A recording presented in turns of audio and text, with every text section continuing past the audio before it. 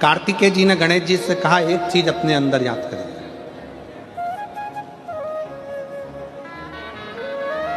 संसार में जन्म लेने के बाद सब कुछ ढूंढ सकते हो,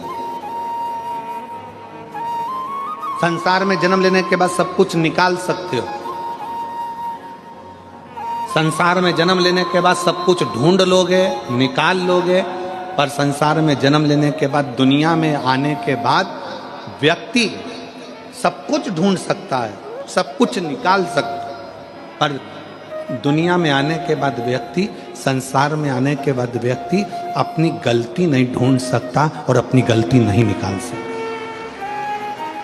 और शिव कथा कह रही है, भगवान शंकर का चरित्र कह रहा है, शिवालय में जाओ, शंकर के मंदिर में जाओ तो दो चीजें बाहर छोड़कर जाओ, एक चमड़े का जूता और दूसरा चमड़े के शरीर में रहने वाला अहंकार, ये भी बाहर छोड़कर जाए। शंकर के मंदिर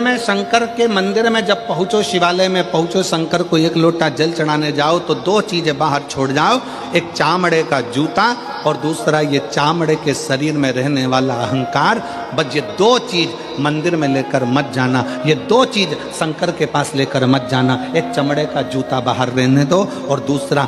चमड़े के शरीर में, ये मनुष्य के शरीर में जो अहंकार रहता है, इस अहंकार को बाहर रहने दो। जब तुम मनुष्य के शरीर में, चामड़े के शरीर में जो अहंकार है, इस अहंकार को जब आप बाहर छोड़ दोगे तो परमात्मा को मिलने में देरी नहीं लगेगी, परमात्मा मिल जाएगा।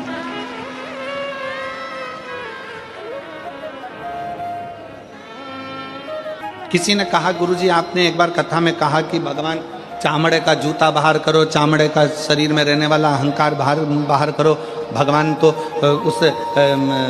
गजासुर के चमड़ी पर भगवान धारण कर लेते हैं, गजासुर की चमड़ी को मृगछाला पहन लेते हैं, वो भी तो चामड़ा ही है। हमारा निवेदन है, एक बार शिव महापुराण की कथा को जरा ध्यान से पढ़िएगा, ध्यान से सुनिएगा। शिव महापुराण की कथा में वर्णन आता है, ये गजासुर, ये मृगछाला भगवान जो अपने शरीर पर धारण करे हैं, ये कोई साधारण नहीं है। उस मृगछाला को धारण करने वाले उस जीव से पूछो कि उसने भगवान की कितनी भक्ति करी होगी। तब भगवान से प्रार्थना करा कि मेरी चमड़ी भी आपके शरीर के उस किसी काम में आ जाए, आपके चरण रख जाए, आपके चरण की रज रख जाए, बस इतनी कृपा कर दो कि इसको अपने साथ में